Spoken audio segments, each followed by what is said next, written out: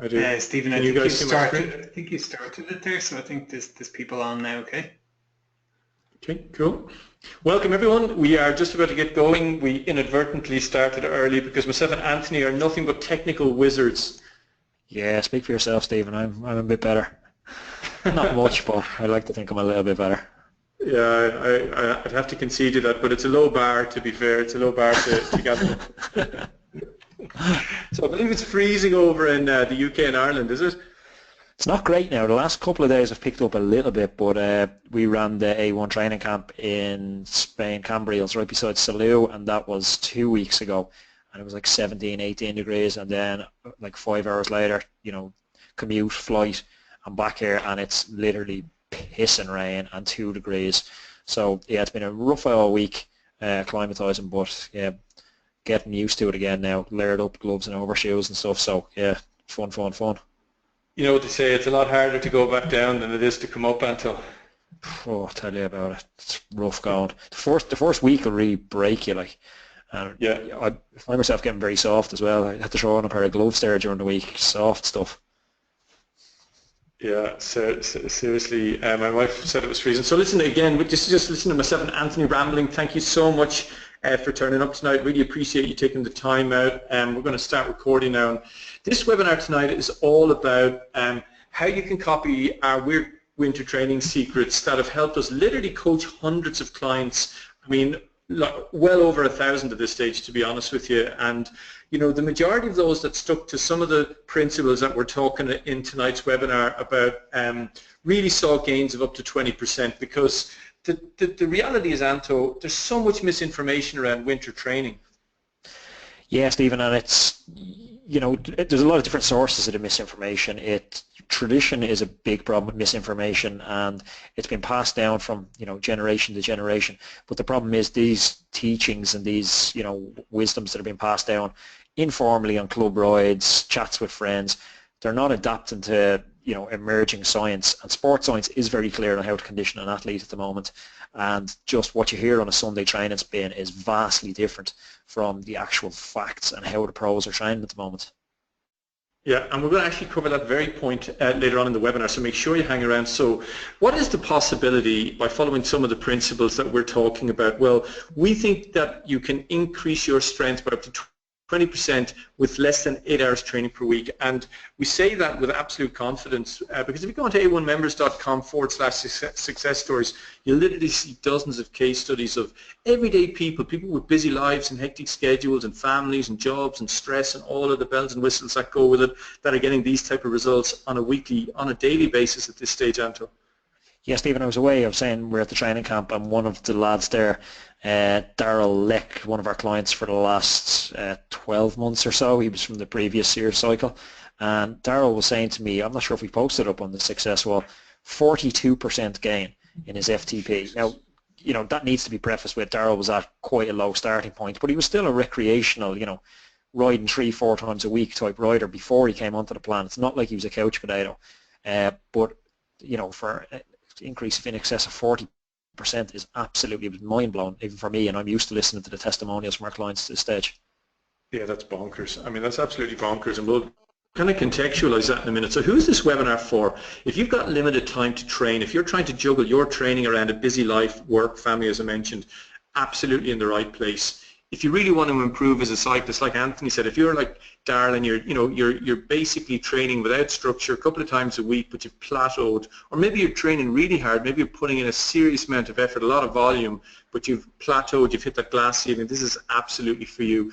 If you've come onto the webinar because last season just did not go to plan for you, well then this is absolutely for you. And especially if you're looking for guidance, we're going to get really specific about 3 things you need to train if you want to improve as a cyclist. So it's exactly for you. And if you're looking to get to your ideal racing weight, because ultimately it's a variable of 2 things, Anto, power and weight. Yep, that's it. When you can boil it down to that, Stephen, it's a very simple sport. If the weight goes down, the power goes up, you get faster. I'm going to show you some really key strategies close to the end of the webinar on how you can get the weight down. We paired up with a pretty prominent sports nutritionist working with a lot of the Pro Tour guys, so we'll talk a little bit more about him later on. So feel free to comment in the chat box on the right. Be really interested in your feedback, and there's a chat box here on the right. Just feel free to ask any questions that you may have, but we'd be really interested to know what was your biggest challenge in 2016 as you look back on the year. What went right, what went wrong for you? So we surveyed our list recently, and we had 500, we actually ended up getting in excess, I think, of 700 responses. And without question, the number one problem that people said is not having enough time to train. And the reality is, Anto, it's not necessarily a question of time, it's a question of maximizing the return on that time that you're investing.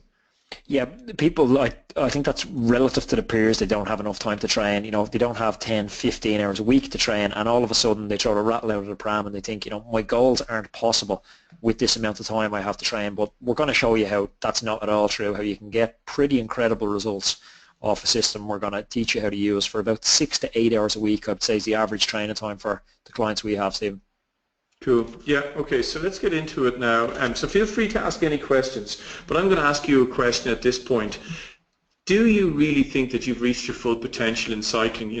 What would it matter to you if you were able, like Darryl, to get a 42% increase, like Richard, who went from 220 watts to 340 watts last year, which is mind-boggling, and not everyone gets those type of gains, I'm going to be honest about that, but even a 10, 15, 20% increase, Anthony, it's an absolute game changer.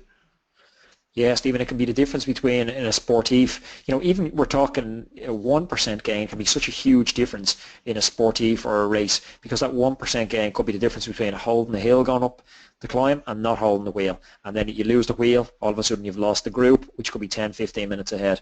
But if you're talking about like TT and quantifying how big, a 20% gain is, you're looking at taking, 4 or 5 minutes off your 25-mile TT with pace with that sort of gain. Like Stephen, you done a podcast yesterday with one of the guys, and what sort of gains was he getting on that?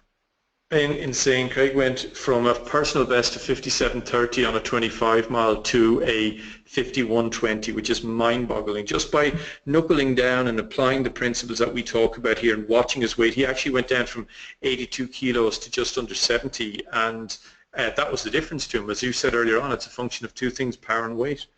57, Stephen, like that's, if there's a criticism of our system, it's been people saying, yeah, you're getting 20%, but it's not for people that are already at a good level. But, there's so many testimonials there, guys, like 57's not too shabby at all for a 25-mile, and he's able to get that sort of gain. That's, just for me, that's proof that the system really is working for riders at all levels. Okay, cool. So we want to get into the training now and some of the stuff that we're going to talk about. So over the next hour, we're going to be sharing with you 3 training secrets, and I guarantee you that you will question what you're doing as we go through this webinar, and they're going to be a game changer for your performance. So the first one is ditch the whole concept of junk miles and embrace our scientifically proven high-intensity program.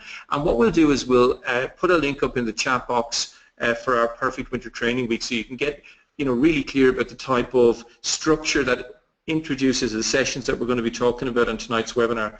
The second is, it doesn't matter what you are training for, whether it's a sportif, a race, even for time trials, there are 3 critical things that you need to train. You need to raise your functional threshold, you need to really work on your VO2 max, maximum capacity efforts, and ideally you need to develop some kind of a sprint.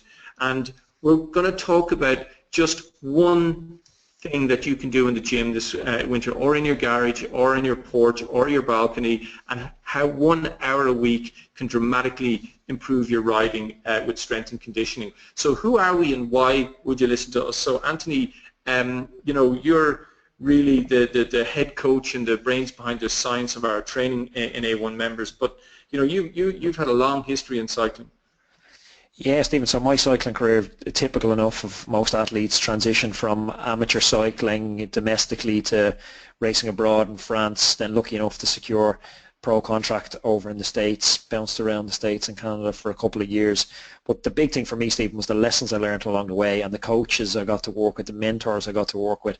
And what just became obvious for me was there was one set of training principles and rules being applied to full-time professional athletes, and your normal working Joe athletes, for want of a better expression, didn't have access to this same level of analytics, sports science and data-driven training sessions. And that was really my mission when I founded A1 Coaching and then later A1 Members, was to come on and make this world-class coaching and information available to normal athletes, because for me that's such an interesting space. We take a world tour rider, if his training goes perfect for the year, maybe he gets a 1% gain. But as we've seen, we just talked about Darrell Lick, you take a guy who's training 6 to 8 hours a week and hasn't been training properly, you're looking at 40% gains for that same sort of, sports science application.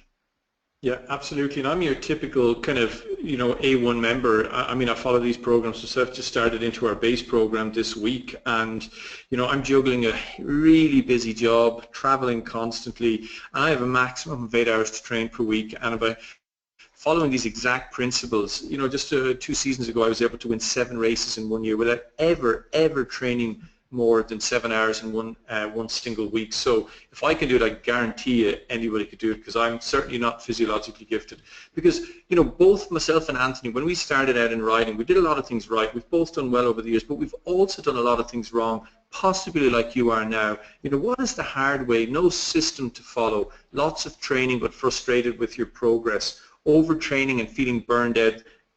One thing that we so commonly see is guys come roaring into the winter, Anto, and then by February they're toast because they don't know how to train and they overdo it at the wrong point in time in the winter. Yeah, they're just not following that system, Stephen, and there's nothing, we've built up this wall of fear around intensity in the winter, and that's built up because of a few flawed case studies that we're modelling, and we're looking at people who train hard in the winter and then they burn out in the summer, and we use that as justification for that rationale that you can't train hard in the winter. But it's completely false. It's just because they haven't periodized their season. They haven't built it into blocks. One block isn't building upon the other, and there's just no underlying science. Steve, you just need to look at the Pro Tour riders and what they're doing at the moment. Almost all of them, like the Ghent 6-day just finished, piles and piles of Pro Tour riders riding track racing in the middle of the winter. It's just proof for me that it's moved away from the old adage of long, slow miles and into this new intensity-based period we're seeing.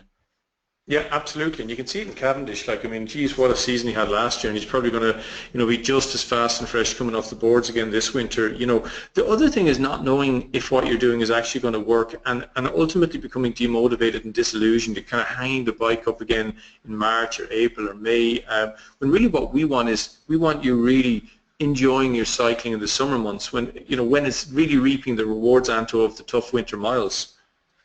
Yeah, winter miles, summer smiles. Just made that one up on the spot. Very good. So myth number 1 we want to bust tonight, that you need to train 10 to 15 hours to be successful. Absolute horseshit. You don't, and we're going to show you why not. Myth number 2 is you cannot do high intensity in the winter. That went out in the 70s. The third is that you can be successful riding on field without a plan. You might improve, but you will not reach your maximum potential. And the other thing is that you don't have to train race or event specific. Absolutely not the case if you really want to maximize your results. So the first thing we want to talk about, and Anto's about to get on his high horse here, and that's the whole concept of junk miles, and embrace our scientifically proven program. So Anto, what is it? What is junk miles and headless chicken riding? I think if somebody's going out the door, Stephen, and they don't know why they're going out cycling today, you're guilty of junk miles. If you don't have a plan, if today's session plan isn't fitting into a grander scheme for you, you're definitely guilty of junk miles and riding around headless chicken. But sorry, go on. Yeah, no, I was going to say it's just the most common mistake we see, because people are just going out and they're not questioning why they're doing what they're doing. Where this is particularly frustrating and nonsensical is you'll see people transitioning from other sports, be it team sports, where you'd practice shooting drills, crossing drills, or sports like endurance sports like swimming, where you go into the pool and you're off times. All that just goes out the window. They come into cycling and it's just like you're not training anymore. You're just going out for a cycle. So if you're going out for a cycle, you're engaging in this headless chicken riding phenomenon, which is just sweeping the country at the moment. Yeah, that's right. Tim Kerrison came from swimming, the Team Sky coach, and he just couldn't believe this concept that lads would reach this, pinnacle of fitness in the summer and then, hang up the bike at the end of October and do nothing for 2 months and start it all over again. He was saying swimming, most athletes stay up to 98% to their fitness level all year. They kind of maintain that intensity the whole year round. So, the bottom line is if you're engaging in sessions, as Anto said, that don't have a specific purpose, that are not looking to train a specific adaptation, the reality is you are not necessarily getting the maximum benefit out of that spin. And actually the main thing, Anto, is we see is guys riding too hard, not the other way around. They're actually riding too hard constantly at the same level or intensity. Yeah, it's feeding into what you just flashed up on the screen there, Stephen, about knowing your training zones. There's a range of different training zones, and we get a different physiological adaptation in each of those zones. So if you don't know what physiological adaptation you're looking for today, you know, am I looking to improve my muscular endurance? Am I looking to improve my neuromuscular adaptation? You know, what are you looking to do today? And then what session are you going to do to get the result you want? If you're just going out riding, you're just basically hoping to get better. Exactly, and you said it earlier. I mean, you know, so much of what we learn when we come into cycling, even if we've been cycling for a long time, is handed down, you know, like some carefully veiled secret from the older riders. But a lot of that is based on how the pros used to train in the 70s, and, you know, it's completely irrelevant for modern life, busy athletes who are trying to balance their training around a hectic lifestyle. But Stephen, you think Merckx there, obviously one of the greatest riders ever. So people will think, you know, well, if it worked for Merckx and he's one of the greatest riders ever. But, you know, the success rate for those sort of old school principles, Merckx used to ride 200 kilometers every Wednesday. And I seen his taper week coming up to the Worlds.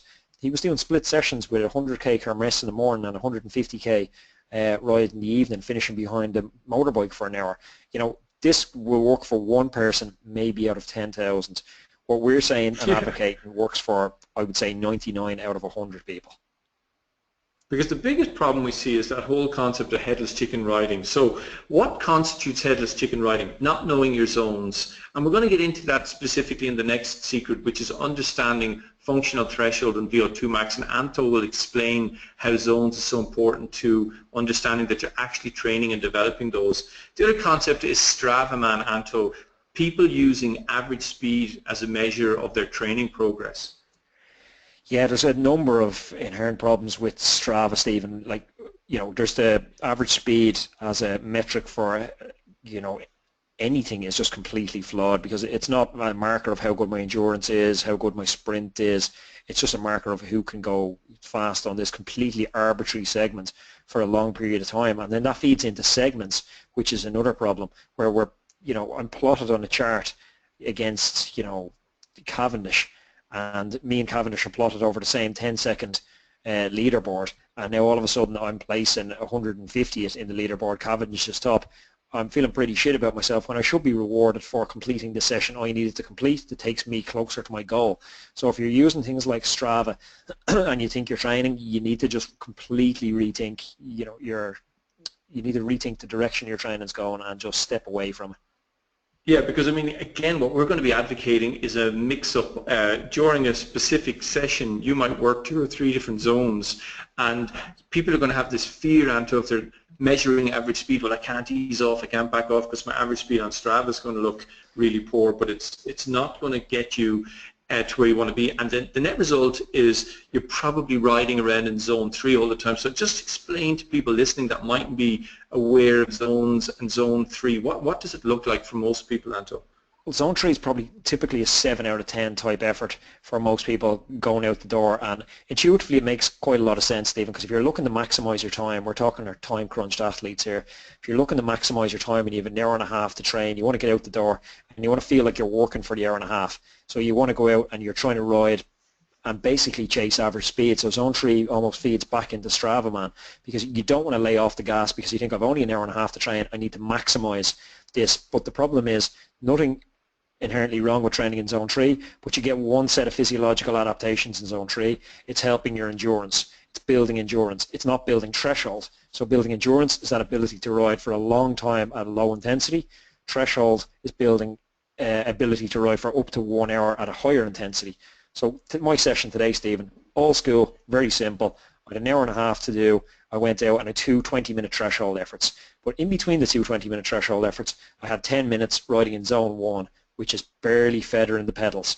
Now, if I was chasing average speed, I'd have to keep that pace up after the first 20-minute effort, and then I wouldn't have recovered sufficiently to tax my threshold zone 4 for the second interval, so I wouldn't get the adaptation I need.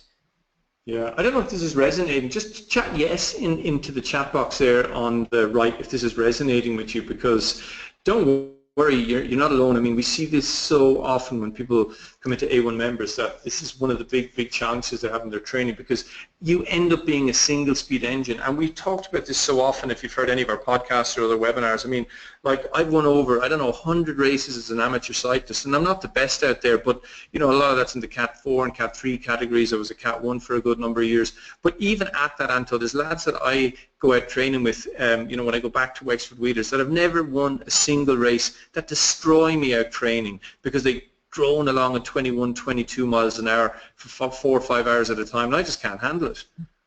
Yeah, they just don't know how to reverse engineer the demands of a race, Stephen. You know that there's a very specific requirement. You know, we can break down the type of race we want to win. You know, Stephen, you were never going to win a big, you know, maybe back in your day you might have won a short, punchy hilltop finish one, but by and large you were an explosive type rider who could win sprint finishes. So you knew the importance of training your sprint. Like, we had a client coming in last year, and he'd been to a number of different coaches and he was just frustrated because he wasn't getting any results. And we looked at him as an athlete and we thought, you know what, we're just going to completely forget about climbing, we're going to completely forget about threshold, we're going to get this guy to the finish. And we put 95% of the effort on building his sprint. Now, there was only a certain type of race he could win, but he won 8 races that year, as opposed to, you know, he's never going to win a hilly race, he's never going to win a classic, but by focusing on the races that he was doing most, he lived near a short criterium course, and it meant a lot to him when he won on this. We were able to reverse engineer it, so he was focusing on the demands necessary for his event, and the success was brilliant for him. Yeah, and a couple of people coming through and saying, yeah, definitely guilty of Strava times, especially on the commute, and yeah, definitely. I mean, we're all guilty of it. The reality is you've got to fight that urge to kind of post a fast time up on Strava, because the big mistake is riding too much in zone 2 or 3. You don't want to become that single speed engine. You know, races are not won by getting out and riding at an average speed of 21, 22 miles an hour and then galloping to the sprint. They're won over periods of absolutely full-on, full-gas intensity, and to whether that's coming over a hill, getting out of a corner, or just being able to hold your position and get up, you know, and compete for the gallop. Yeah, Stephen, there's a multitude of different, you know, demands to win a race, but often, like we said, we can isolate what those demands are and then we can build them into a training plan. So that's what's brilliant about A1 members this year, that we've been able to take all the data from the last season, from I don't know numbers what we had last year, but a few hundred people from last year, and build it into a system now it's delivering better results because we're reverse engineering the demands of what you guys need to be successful in sportifs, in road races, in criteriums, in time trials, and we're taxing the right systems at the right times now. Stephen, just have a question in here from one of the lads. His name is Mate. All right, mate. Should you test your FTP every 4 to 6 weeks to make sure it's your correct level, even if it's still the same? No, I wouldn't test every 4 to 6 weeks. The reason is you're going to be disappointed because we'll typically get up to 15-20% gain from effective taper. And if you're testing every 4 to 6 weeks and you're not tapering, it's not reflective of how strong you are. If you are tapering, it's going to take too much off your long-term development. There's no real need to test every 4 to 6 weeks. There's some other stuff we can look at in the data if you're worried that your FTP might be going up, like look at things like your intensity factor over a ride. You can isolate a 1 hour, look at your intensity factor, things like that. If it's over 1, it's an indication you should nudge up your FTP, but definitely not necessary to test every 4 to 6 weeks. Cool. So you just want to just quickly explain the different physiological systems and why each of them should be stimulated by working in a specific zone, Anto? Yeah, so we talked about that guy who works in zone 3 all the time, and the problem with him is, Stephen, he only gets that very narrow adaptation. That's one physiological system that he's taxing. You know, we've a range of zones that all our training plans are built across, from zone 1, where we're just working on recovery, and that could be as simple as getting us ready for a difficult session to come, or, you know, as my old French director would say, absorbing previous sessions and allowing the body to get the benefit from that, because training doesn't make us stronger. Training gives the possibility to get stronger, and then that happens through recovery. So zone 1 is very effective for that sort of adaptation. Then we're into zone 2 and zone 3. They're endurance zones. They give us that ability to ride for long, many hours, but intensity is difficult. If we only ever ride in zone 2 and zone 3, we're never really going to build up that intensity. We're into zone 4, where we're looking at threshold. That's the ability to ride hard for up to an hour. Into zone 5, we're looking at VO2 style efforts, looking at 4 to 5 minute efforts. They're typically what will make the separation in a race. you're never going to drop anybody at threshold. People will sit on your wheel. So if you want to get away from people, if you want to get separation, you need to make sure you're building appropriate amounts of zone 5. And then we're up to zone 6. That's our sprint zone. So that's our full gas. So you're looking at your 10-second bursts. So Stephen, it was interesting. There was an analysis of thousands and thousands of power foils, and they seen the one power foil that wins most races. It's a 10-second burst to get separation from a group. Then it's 4 minutes of VO2 max to stretch out that lead. Then it's 10 minutes sitting at threshold to maintain that lead, and then a sprint out of the group to win. So if you're not doing, you can see how many different systems you're taxing in that simple scenario. So if you're not working on that type of stuff, you're just not going to win races. Yeah, and that brings us really neatly into the next point, critical things that you need to train, whether your target is a sportif, a race event, or even if you just want to crush your mates out on the local ride. And these are functional threshold, VO2 max and sprint, and we've touched on all of these so far because they are just beyond crucial. So just explain in a bit more detail what threshold or lactate threshold or functional threshold power means, and how does that translate into cycling performance, Anton? Yeah, functional threshold power, it's what we set all our zones off against. So, endurance will be 55% of your threshold. And threshold power you can sustain, or heart rate you can sustain for 1 hour sustained effort. So above this, your body's accumulating a lot of lactate. You're getting flooded with, as one of our coaches, Aaron, calls it hydrogen ions, and your legs are just getting blocked. But up to that point, you can sustain, anything below threshold you can sustain for over an hour. Threshold power, you'll know it because you can only sustain it for an hour. Typically when we're testing it, we test for 20 minutes if you have a power meter, and then we use 95% of that, and that'll give you your threshold score. But it's a super important metric for us, Stephen, because when you talk about people jumping to the next level, you always hear this, can I get to the next level? What we're always talking about nearly is threshold. Like if you look at what separates an A3 from an A2 from an A1, it's threshold figures. Always. Yeah, without question. So we've got a question that's come through here, and the question is, my club is doing a series of Tabata-like high-intensity sessions over the winter, and I find it very helpful. But what's your view on club turno sessions? I imagine it's turbo sessions. Be, yeah.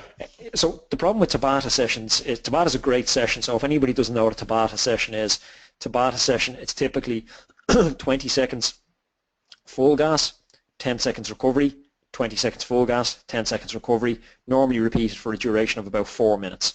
So if I wanted to run an effective Tabata session, you can get one done as little as 20 minutes where I'd warm up, then I'd go through that 4-minute series of 20 seconds on, 10 seconds off for 4 minutes, break for 4 minutes, and then I'd go through the same Tabata style effort again. The problem with that is, I'm not sure who asked that question, his name is just down as no. But the problem with that type of session is, how are you going to progress that?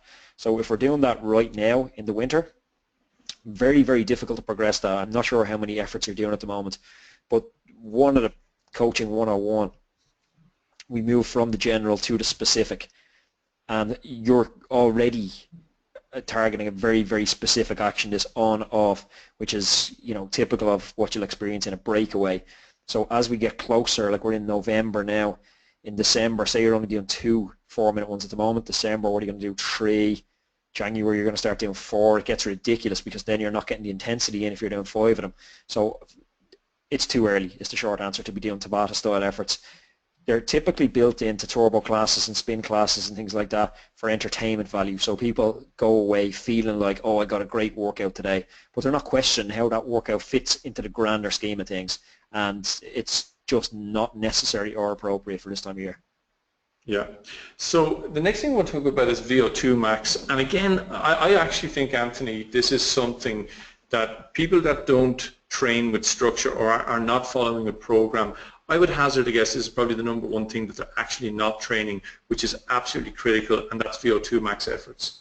You just don't train it because it hurts, Stephen, and it doesn't hurt in the same way that Tabata hurts, where Tabata's, slightly entertaining because we almost have a series of different changes of intensity.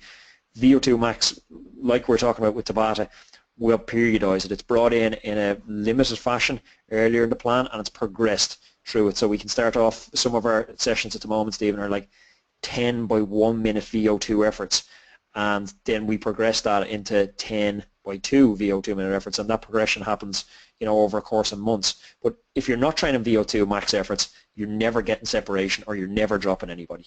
You know, I'd So what hazard a guess to say that a Cat 1 rider would find it difficult to ride away from a Cat 4 rider without going into VO2 max. I think a Cat 4 rider will easily sit on a Cat 1 rider at threshold. Yeah, pretty much, absolutely. So why does it win races? What are the points in a race or in a sportif when you know you're kind of really up in VO2 max level, Anto? You'll know because your breathing is conversation's not possible. Perceived efforts up at around 8.5, 9 out of 10. Legs are born, and it's typically the steepest part of the climbs, the hardest part of the race. And if you're fit for your category, that's the time to attack. When you can feel like other people are in VO2, you need to attack, and you'll get separation at those times every time. Like I was trying to explain to a teammate of mine last year how you get into the break. I was like, you get into the break by attacking the moment you think, I really hope no one attacks right now because I'm in the red. That's when you need to hit it full gas, and you'll blow it to pieces. And VO2 gives you that ability to do that. Yeah. So how do you train it? We'll train in a very periodized manner, but we'll typically train it with short periods of zone 5 work. So zone 5 is above threshold work. So it could be ranging from 30-second VO2 efforts at this time of year to building up towards 4 5-minute efforts. You'll never go over 5-minute efforts for VO2. So in season, I'll try and do maybe 4 5-minute VO2 efforts. They're 4 5-minute efforts, which are 9 out of 10 intensity, and they are very, very hard to do. But already, Stephen, you can see how in 4 5-minute efforts, that's 20 minutes. We factor in the breaks of 5 minutes each, 40 minutes, a warm up and a warm down. You have a really effective session that's taxing VO2 max there in under an hour. Yeah, it's a phenomenal hard session, but extremely productive because, again, if you find that you've been training as you've watched this webinar, in zone 2 and zone 3, and then you start introducing zone 4 functional threshold intervals and these zone 5s, it's going to be an absolute game changer. In fact, that's typically, Anto, when we see the likes of Darrell and Richard and John Moore and all these guys who had phenomenal gains, like absolutely bonkers gains, because they were already doing a lot of riding. It's because they've started training in these upper zones. Yeah, I have a question from Trevor saying, how do I establish VO2 max? Well, VO2 max actually means maximum oxygen uptake. So the way to establish it, it's a laboratory test, but that tells us very little, to be honest, and I'm not really a big fan of going into the lab because I think when you go in there, it's very artificial. They stick this mask on you, and it's a horrible setting. What you need to do is get out and test your threshold and then train at about 120% of that, and that will give you the VO2 max efforts you need. But again, I'd say this needs to be built in a structured fashion, and we'd one of the lads there was doing Tabatas at the club league, or the club sessions. VO2 shouldn't be used haphazardly like that. It's one of those, it's a session with great power, but there's also great responsibility comes with using it, so it needs to be used in a progressive and structured way. Okay, cool. So, the whole concept, as Anthony mentioned, is about utilizing your maximum oxygen uptake, and it's an ability to ride above functional threshold and produce a lot of power, a lot of effort for a period of 3 to 5 minutes. And it's those really all-out efforts, when you're straining to cross over from a bunch to a break, or hanging on, as I know all about, the last 400 or 500 meters of a really steep climb. And if you don't train it, you cannot expect it to suddenly materialize as a capability that you have, Anthony, in a race situation. No, it just won't happen, Stephen. And this is like all the stuff we're saying. If you're not ticking these boxes, spending, like if you look at your week as 100%, and if you're not spending an appropriate amount of time, if you're spending 90% of your week training one narrow range like zone 3, you're not going to be able to deal with a race that's placing VO2 max demands on you, that's placing heavy functional threshold demands on you. You need to be putting an appropriate amount of time into each of these areas each week, and that needs to be periodized week on week. So as you get closer to the season, you're doing more and more of the stuff that matters. Yeah. Now we're on to the third critical thing that you need to train, and I'd be really interested, just type in the chat box, how often do you practice your sprint? And I'm not talking about like just getting out of the saddle and doing a bit of a flick, but how often do you really go so hard you're chewing the handlebars and really doing an all-out effort out training? Because it blows my mind that we put so much effort into the bike, but if you're a racer, 9 times out of 10 it's going to come down to some kind of a gallop, and yet so often we see people never ever training this because they think I'm not a good sprinter, so what's the point, or I'm not going to do it because I don't like it. To me it's just crazy not utilizing the whatever level of effort or ability you have, Anto, in terms of practicing your sprint. It's like being a golfer and saying I can't putt. Like, you can't finish off the hole if you can't putt. The sprint finishes off the race. You're not going to ride off solo in a race unless you're absolutely, completely in the wrong category. So more times than not, you're going to have to sprint, whether from a big group or from a small group. And sprinting's a whole process. Like, we'll take you through a range of different sessions from, technique to actually building your sprints, to starting the sprint. Like, it's even the visualization stuff, Stephen, that you've spoken about before, where as you're winding up to the sprint, you're almost picturing this fuse ticking on a stick of dynamite, and as the fuse hits the dynamite, that's when you explode through the pedals. So it's not a going through the motions. I have a sprint session to do today, 2 5 by 10 second sprints, and almost, I call it apologetic, sprinting like you have the shopping bags on each side of the handlebars and you're trying not to spill any of the groceries. That's not what it is. It's pure aggression, explosion. Like, you look at, Buhani sprinting, and it's just mental. That's what we want.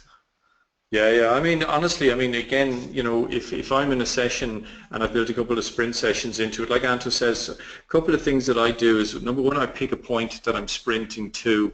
Number two is I really visualize myself being in a race type situation and imagining as I'm working, and I generally would always try and get a good 100-meter sprint in. I get it up in a reasonable gear that you can probably roll at about 65, 70, and then get that up to about 110 and sprint absolutely all the way and totally empty yourself. If you're training with power, pick a number and just don't rest until you hit it, Anto. You've just got to get absolutely everything out, because that's how it is at the end of a race. Yeah, I'll always try, and I love sprinting against training partners. We sprint for town signs, you can sprint for lampposts. It's great to have that, whether it's an imaginary or a physical finish line that you're sprinting for. And again, training partners, if you can sprint with them, it's brilliant. But like, we have a question here on sprints: can they improve via gym work, or can you train them on the bike as well? A mixture of both. Like, we're going to show you later in the webinar how you can get some amazing gains through the gym. But again, you're not going to win races just in the gym, and you need to get out on the bike. There's a lot of technique in a sprint as well, so it's a mixture of A and B there. Also, another question coming in, Stephen, just to nail through some of these: Garmin devices allow you to calculate VO2 max. You can just completely ignore that. You're better off setting your zones off a threshold test, and then once you have that threshold test, establish your zones. I'm sure we can email around the zone calculator or something, Stephen, so guys can set your zones. We'll definitely do that. Same ones with I would just ignore those. Stick with one system that works. God knows how Garmin are calculating them. Stick with a proven system. There's enough sports science out there now and there's no reason to ignore it. So stick with calculating your zones and a proven methods, and then implement them into your structured training plans. The best way to go. Cool. Okay. Any other questions? I've one more. Yeah, trying to do just based, but wind up doing repeated 1 kilometer sprints for 10 to 30 seconds. Pretty sure what that means. Again, it's hard to comment on an individual session without seeing exactly what you're doing. That, like, sessions week on week has got to roll into each other. It's got to be like a domino effect. Why are you doing today's session? Because today's session gets you to your weekly objective, and your weekly objective then becomes your monthly objective. And ultimately, if you just keep doing these sessions, like, for instance, Steve, we've people on, Sportif plan hoping to target the Haute route or the Tap to Tour. It takes the guesswork out of it for them, where they're just going to say, listen, I'm just doing the session as prescribed, and I know if I do the session as prescribed, it'll get me to where I need to be and develop the skills I need to develop by the end of this week, and by the end of the month, I'll be at my interim target. In 6 months' time, I'll be at my actual target. And that's what you need to do. You need to have a system that's, domino-based almost. Yeah, and just on the question about weight training, we do advocate, if you've got time, it's very beneficial from a number of points of view. One is it helps for muscular strength, which feeds into muscular efficiency and endurance. You can use it to improve your overall maximum force, which again is very important. And I find, so I've been off the bike for a while, like I'm reasonably lucky, you know, if I hop on a bike and I haven't trained for 2 years, I'll knock out 1200 watts or 1250 without blinking. But doing some work in the gym, especially squats, I'll comfortably get that up to about 1400 watts within the space of about 6 to 8 weeks, especially as I move into, you know, some box jumps and plyometrics after doing about 6 to 8 weeks of basic squatting work. So we're going to cover some of the sessions that can help with that in Secret 3. So we'll send out the zone schedule, and I think we've gone through this, so not going to dwell on this, Anto, but these are the different zones, and each of these zones is working a different level of adaptation. Yeah, for sure, Stephen. We can email them around with the zone calculator so people know why they're spending time in each zone. And that's the big reason you need to be asking yourself, like, start with that idea of why am I spending time in this zone, and then everything becomes a little bit clearer. If you start questioning what you're doing and why you're doing it, you'll start to get a lot more context as to why you're performing the sessions you are. Yeah, because the big opportunity is once you know the correct mixture of training zones, the gains can be absolutely amazing. I mean, we've talked about Darryl and John and Richard. I mean, this is Ian, who's really active in our group again this year. Ian went from body fat of 21% to 14%, lean body mass up by 2, VO2 up from 58 to 61. I'm not sure how he measured that, but functional threshold power up 40 watts. Now, Ian is a very, very competitive Cat 3 or A3 in Ireland, and a 40 watt increase coupled with a drop in body fat down to 7% is an absolute game changer. And nearly the coolest thing about that is underneath you see who liked this, Kieran Power, Ireland's highest ever Olympic finisher. I think Kieran finished in, was it Atlanta Olympics? Was he 11th in the road race? It was in Greece, yeah. He was Greece. No, he was 7th. I think he was 7th. Yeah, it's absolutely amazing. And this is Richard. I love this one. Richard went from a 220 watt FTP to 330 to 340 for 90 minutes. It's absolutely bonkers. Just by introducing people on 360, Stephen. Yeah, it's crazy. And I mean, the reality is, like, Richard and Ian were doing a lot of training, but they weren't doing that really upper end work that we've been advocating. So the third secret that we want to cover is weight training and how everything that you knew about weight training could be wrong. So it's been a massive gray area over the years with a lot of misinformation around, should you do a lot of low reps, should you do it at all, what should you do? And gym training for cycling performance is still a really dark art, but our in-house A1 coach, Aaron Bugle, has done a huge amount of research onto this. And when you're really looking at improving strength, you're looking at a number of factors, Anto. You're looking at power, force, speed, and sprint, which are all crucial to success in cycling. Yeah, I think previous strength plans maybe had good elements to them, Stephen, but they didn't incorporate that mix of power, force, speed, and strength. And by not having that right mix, it was, I don't want to say it was completely making null and void what they were doing in the gym, but it definitely wasn't maximizing the time in the gym. So we kind of sent one of our coaches, Aaron Bugle, who's a sports scientist, sent him away with the mandate of figuring out exactly the mix we need to improve in the gym, and he pulled together an amazing team of physiologists from the local university in DCU and bounced the idea off loads of people and came back with a program which is delivering spectacular results for our clients at the moment. Yeah, so firstly let's look at power. I mean, power equals force times velocity, that ability to generate massive power within a very, very short period of time. And force is the amount of effort or exertion generated into the pedal stroke, and speed, essentially your RPM, and ultimately strength is the ability to exert a force. So the more that you can generate force, the stronger you're going to be on the bike. So the old style of strength work for endurance athletes was lots and lots of reps with little girly weights, going in and doing, 3 1.5-hour sessions in the gym a week, which just isn't practical for 99%. So as Anthony said, we did a lot of research on that, and we realized that is a complete waste of time. But in contrast, doing some heavy strength work, which allows you to use your existing muscles more efficiently and effectively, has a huge benefit because it's allowing you generate the recruitment of more motor units and tapping into power that you didn't have at your disposal. So, to give you a sense of context, and this is very, very, this comes with a heavy disclaimer, it's very, very person specific, but I would typically go, so I've just started back in the gym now, and I would I would start squatting at about 7. So I'm 80 kg at the moment, really 10 kilos overweight, but I'll start at squatting about 80, and within 5 or 6 weeks I'll be squatting about 140, 150. And it's amazing the progress that you can make, Anto, in terms of generating maximum force and power within a fairly short space of time. It's huge, but what I'm seeing with the strength plan at the moment is, Stephen, that lads are, generating big wattage is fine. That's one of the aspects we're looking for, but it's not just that. It's the time it takes to generate that wattage, because it's snap that wins races. Cavendish isn't generating the most wattage in the world. One of the big track sprinters is, Jeremy, what's the big French sprinter, the massive legs, Jeremy Boyes.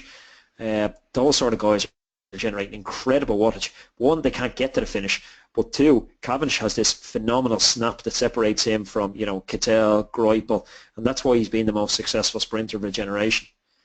That's right. I mean, Greipel generates just short of 1900 watts, whereas Cavendish, I think Cavendish peaks out at just under 1500 watts. And the reality is he can maintain that maximum power for the entire sprint and do 2 really hard kicks often in a sprint. So if you want to generate more power, you have 2 options. One is you either build large muscle mass, which we don't really advocate, or 2, more importantly, you make a better recruitment of your motor units. So this is the regime that if you've got limited time to train, now we've got a full strength and conditioning program inside A1 members, and it's absolutely awesome. But if there's one thing only, and you've got 1 hour a week to dedicate to this, a couple of times a week, follow this program. And all you need to do is a squat rack. You need to study how to squat safely. We've got videos inside A1 members showing you how to do it. You need to learn how to deadlift.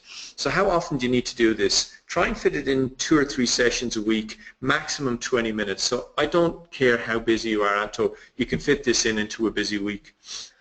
Yeah, Stephen, it's like, we talked about the Tabata session earlier, and that's a 20-minute session. Like, this is another 20-minute session. Like, we're coaching CEOs of big companies.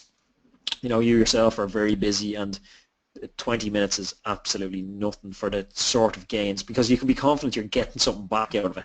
It's that you're investing time, but you're getting something back.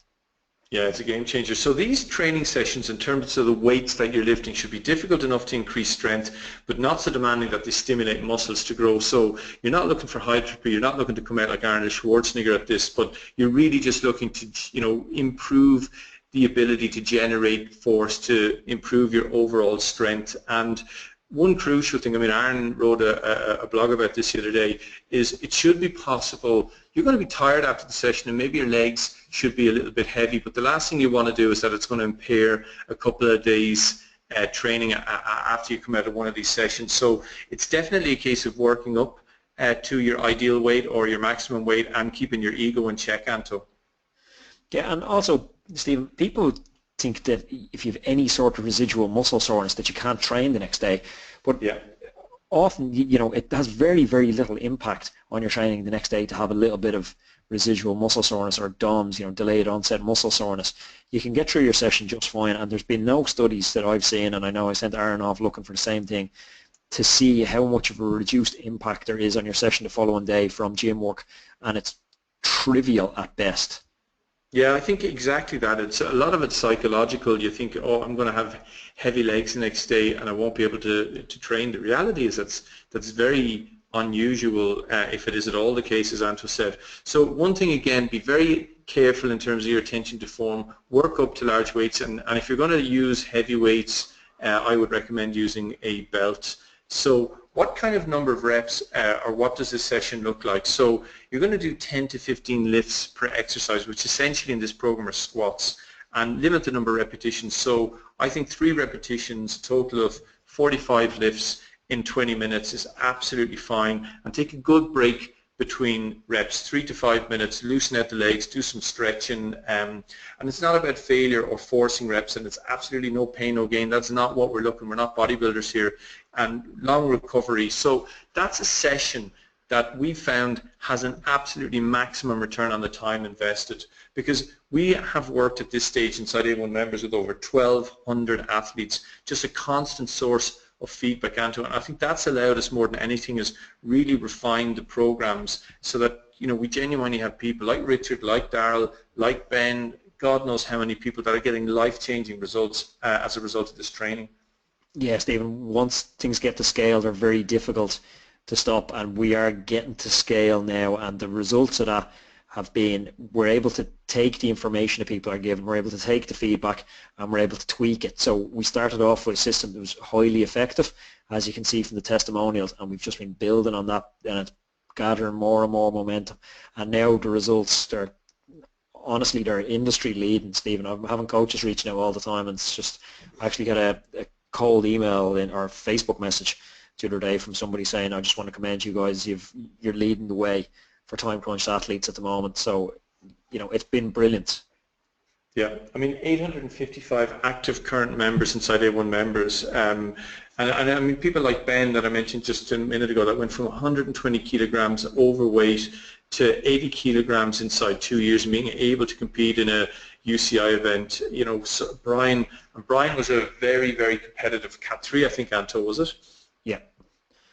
And very, very trained, so came into this program in no way untrained and had an increase over the base period alone of 15% in his FTP, and overall throughout the season last year, I think if I'm correct, he went from 280 watts to 342 or something like that, Anto. Yeah, phenomenally strong, Stephen. I was out riding with him a couple of weeks ago, and he's turned himself into a proper rider. Even if you're to look at his shape, the muscular definition he has, he's a very, very strong lad at the moment. Yeah, absolutely, and it's all by following the very, very same principles. I mean, Daryl, as you mentioned, went from an FTP of 185 to 270 watts, and he knocked a whole hour off his target sportive time. And as you say, he's just gone from strength to strength. He's just come back from a training camp with you in Spain, and able to ride with guys that are really, really riding at a high level, like you and Aaron and others on that, and was more than able to hold his own. He's turned into a great little rider, and he's, the gains don't seem to be stopping for him as well, so I'll be interested to see where the next 12 months takes him.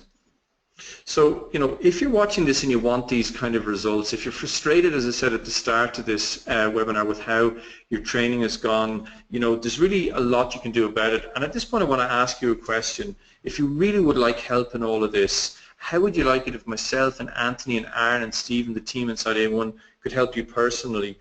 How would you like to get, as Anthony mentioned, the exact formula for success? So programs that have been utilized with literally thousands of athletes. Well, we'd like to introduce you to A1 members fully now, which is our training revolution. There's no other word for it.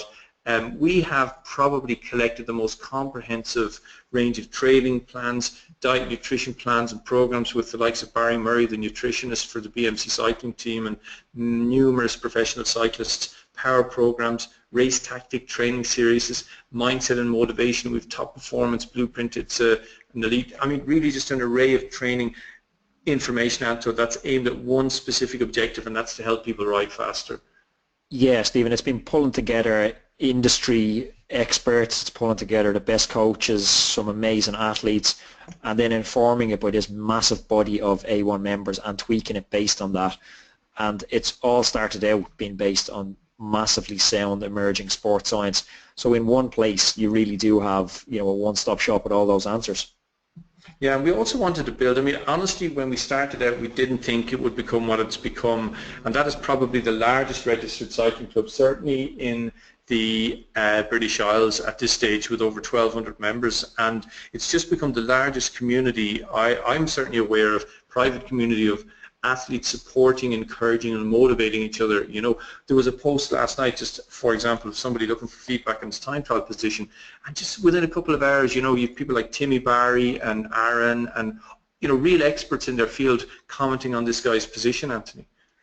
Yeah, like Timmy Barry's the new director for the Aqua Blue Sport, which is a new Irish professional continental team, and then Aaron is one of the the A1, I suppose you'd call him head coach at this stage, who's contributing greatly into A1 members. So it's, and you even seen there Kieran Power like in that last comment. So yeah, there's a massive amount of expertise in one place, and I think that's helping definitely with the results we're seeing, Stephen.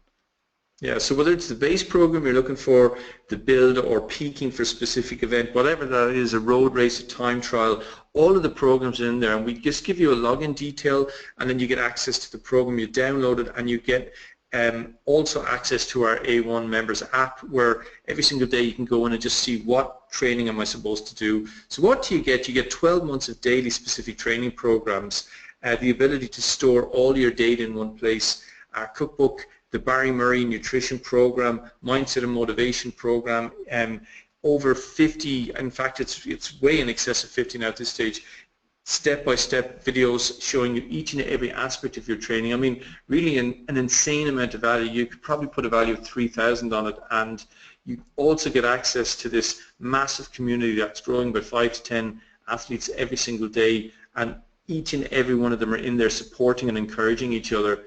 So we also we've just done one recently, and this month's theme is going to be all about functional threshold. We're going to be going and doing a number of private members webinars and deep dives into really the science around raising your functional threshold, and they're all included as part of your membership. So you get the 12 months of training, as I mentioned, the ability to store your data, the nutrition and diet programs, and all of the other information. So I guess at this point, if you've come into this new and you're still wondering, is this for you, you've got one of two options. First is do nothing.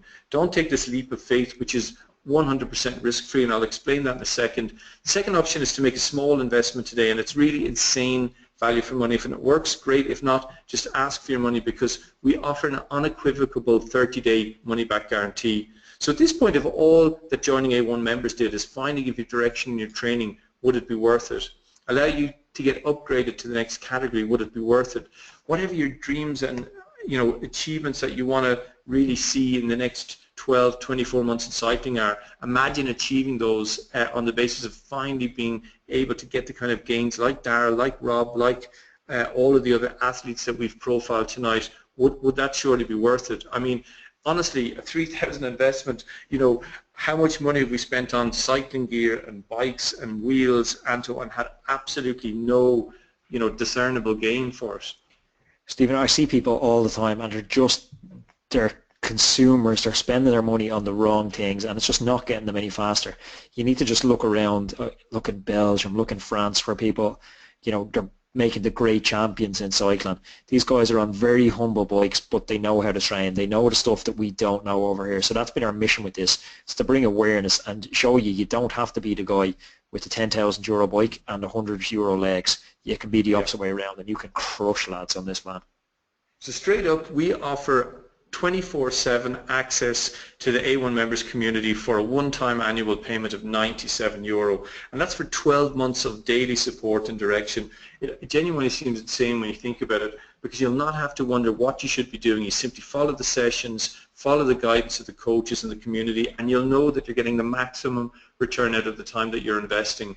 So what's the catch? You might be thinking €97, it's almost too cheap or too good to be true. There isn't. You get full 24/7 access for 97, and you get immediate access to that massive body of knowledge. The normal price, and I can tell you the price is going to rise really quickly. We close membership on the 1st of December, and after that the price is going to go up to €240.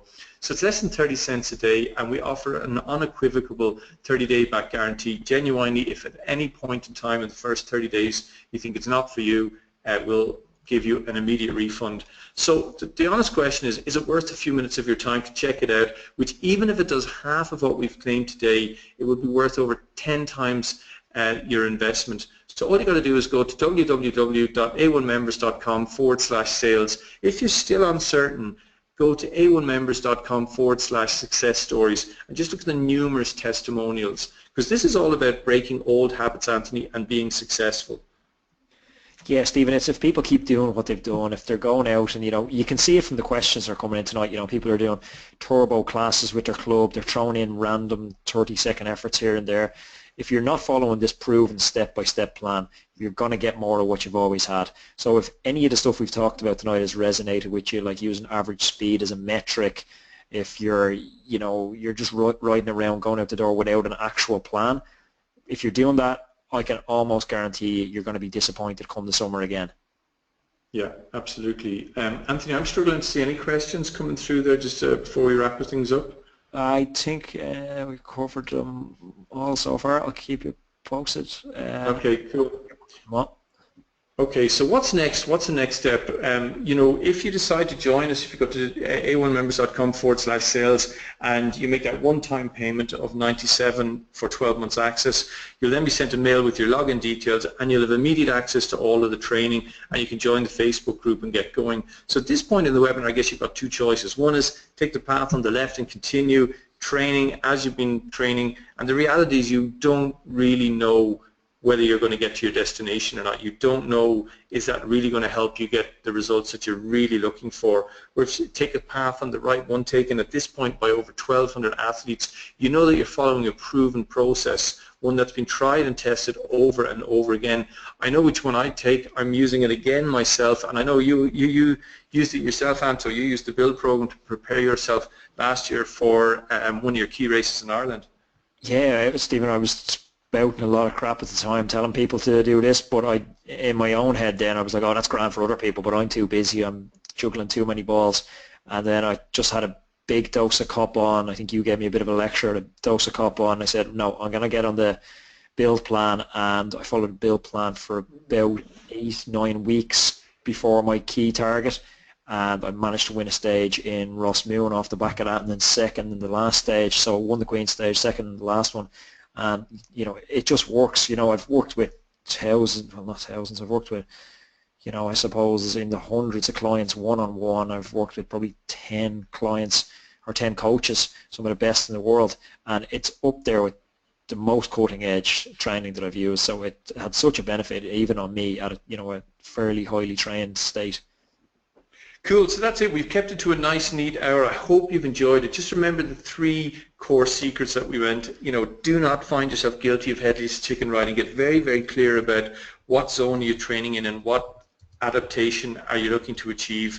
The second is look at functional threshold and VO2 max and sprint as key focuses in your training regime, irrespective of whether you just want to hammer the guys out on the local ride on a Sunday. That's how you're going to do it. And the third is, again, if you really want to see gains in developing your power, your force, your muscular endurance, and your sprint ability, get in the gym and do some squats, or just set up a squat rack at home, and I guarantee you the results will really, really start to materialize you know, within 8 to 10 weeks. So there's no magic formula in any of this. It's just having the knowledge. We hope you join us inside A1 members. In any event, I hope you've enjoyed the webinar. Unless there's any other questions, Anto, I'm going to wrap it up on a nice, neat hour, and look forward to hopefully seeing everyone inside A1 members. Yeah, no, I just posted the sales link into the chat there if anyone's struggling for it. There was just a question on where we get the sales link. It's a1members.com/sales. I know a couple of people, I can see them popping into the Facebook group already, so 1 or 2 are definitely taking us up on that. So yeah, I'm looking forward to chatting with you guys inside in the Facebook members group and interacting with the growing community we have there. Stephen, thanks very much. Absolutely.